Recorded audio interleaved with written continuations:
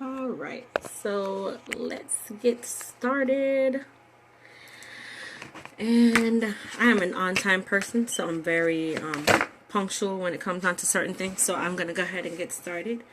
Hello, everyone. My name is Crystal Williams. I am the owner of Ultimate Weight Loss Company. I have been in business for over 9 years, and we provide weight loss products of high quality, long-lasting effects, and lasting results for any of your weight loss needs.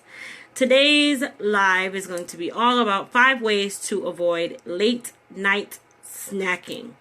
This is a question that I get from clients all the time because they come to my company and they want to lose weight. They want to lose 10, 15, 5. Some people want to lose 45, 65, different amounts of pounds.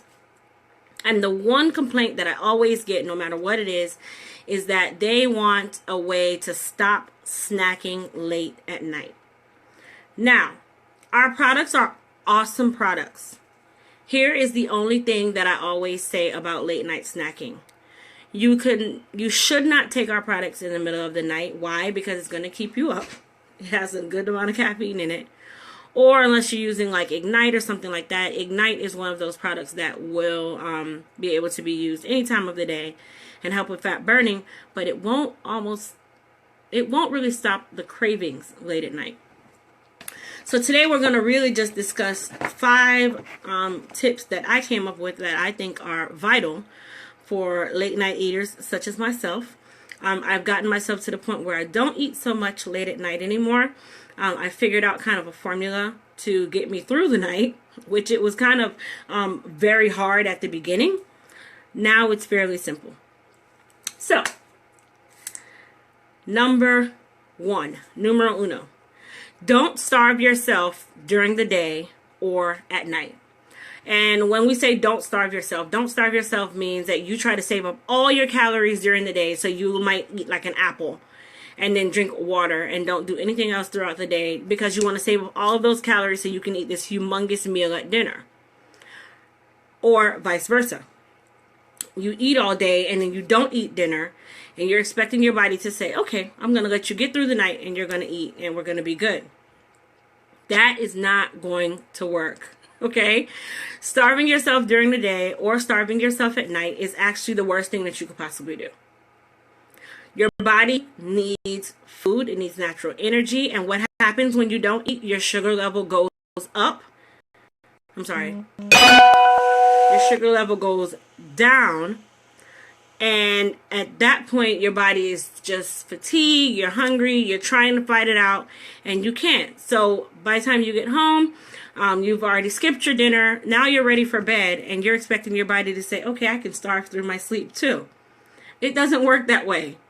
You have to eat small meals. You have to balance yourself out throughout the day and even in the evening before you go to bed. I am a midnight bedtime person. I go to bed at 1 o'clock in the morning now.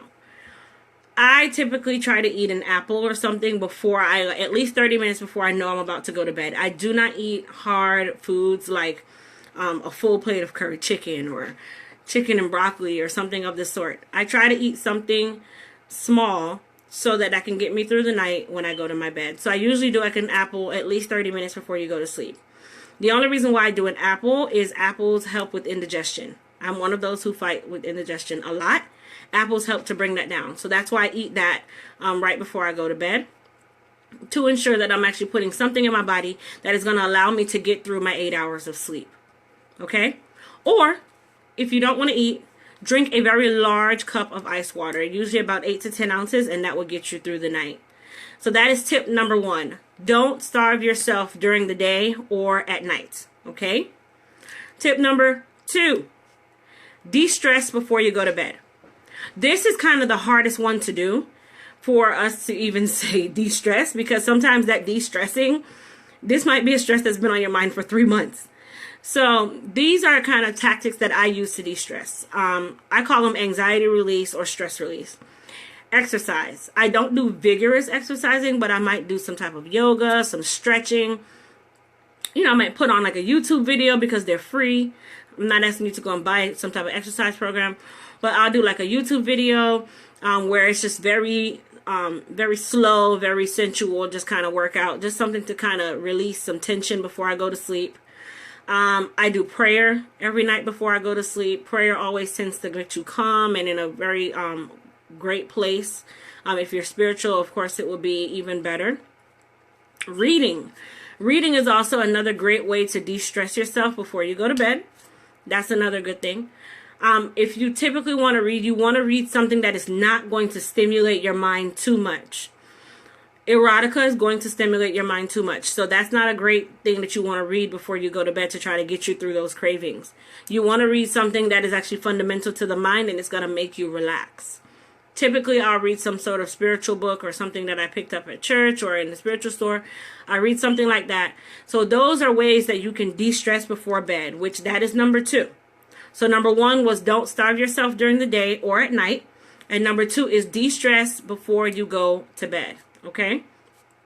Number 3, eat small meals. Let's just put it like that. Eat small meals. When I say small meals, typically your plate should be, I'll use this for an example. Let's say your plate is 3 times this size, okay? You typically want protein, veggie, starch. Now, I'm not saying you need to have a full meal. A protein could be a little piece of chicken breast. It could be peanut butter. It can be a boiled egg. It could be a salad. Well, salad would be, of course, your veggie and your protein. And it may also be your starch, depending on what you put on it. Those are good ways to break it down. I typically keep my servings to about that size when it's snack meals and not like dinner, breakfast, or lunch. So for snack, I'm typically here, and then I'll have something else, and it'll get me about here. Remember, your stomach is only this big, and then you expand it. So you want to make sure that you're eating small meals throughout the day. So that's number 3. Number 4, distract yourself as much as possible until you fall asleep. That kind of rolls in with number 2 about de-stressing, because distracting yourself would mean journalizing. Every single night I journalize. Every night in this planner. Every single night I journalize. I journalize about my weight loss goals. I journalize about my home goals. I journalize about things I want to happen in my business. Things I want to happen at work. Wherever it may be, I journalize. I typically do that late at night because that's distracting to me, and writing makes me sleepy. It doesn't make me think of food. Games on your cell phone. I am a big gamer on my cell phone. I play Candy Crush. I play anything that's just something that is going to just keep my mind on it until I fall asleep. Typically, I try not to watch movies before I go to bed. Why? Because watching a movie is so relaxing. It's going to make you eat. It's going to make you hungry. That's why you go to the movie theater. That's why you go to Netflix and chill, or whatever you want to call it. I typically like to play games on my cell phone. I typically try not to watch Netflix unless I'm laying down in the bed, physically have taken my shower, have my night clothes on. At that point, you're not going to get back up. So that's the only time that you can probably do that. Or exercise, once again, that falls into that realm. Play with your kids. That also falls into that realm.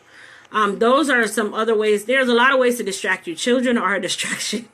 So I use my children as a distraction to ensure that I get into the bed, fall asleep, and I'm so tired out from just doing something that mentally stimulated my mind. It's going to make me sleepy. So I'm not going to want to eat through the night. I'm not going to want to have those late night cravings and sugar cravings. Number 5, plan your meals ahead of time. This is actually a tactic to fool the body to feel like you should not be eating. I typically plan my meals every week in my meal planner. I typically do that. Typically, this is my shopping list. Usually because I have so much already at home, I make my shopping list here. Okay? This is in my planner. I try to ensure that I get things that I know I can snack on right before I go to bed that are healthy. So typically, these are the 2 columns that you're going to use before you go to bed. Your fruits and your veggies. The only protein that I would typically say to eat before you go to bed to keep you from starving to death or to keep you from waking up in the middle of the night to be hungry is peanut butter. Peanut butter is an awesome, well, the peanuts would be considered a protein, but the peanut butter is also a carb. It is an awesome source of, what can I call it? A get me through the night kind of thing, because it gets you full. So typically I'll do peanut butter and an apple. That gets me all the way through the night. I don't wake up typically till in the morning because I'm satisfied. The worst thing you can do is go to your bed and you are starving. You're going to wake up hungry in the middle of the night. You're going to want to eat as much as possible. This is why I say try to find something that is going to distract you. Plan your meals ahead of time. You've just fooled your body into thinking that there is nothing else for you to eat because you planned it out. Track what you're eating, okay? This week I just started. This morning I messed up. I didn't track what I ate this morning because I didn't eat anything. I should have eaten, but I have to now play catch up, and I'm eating smaller meals every hour to catch up with the fact that I did not have breakfast and I did not give my body something to keep me on schedule. Always, always, always plan what you're eating. This planner, by the way, is available on my website at ultimateweightlassus.com. I particularly use this every single day. This stays in my bag. It goes with me to work. It makes me feel accountable, and it keeps me on track mentally of what I'm doing. So let's go back over.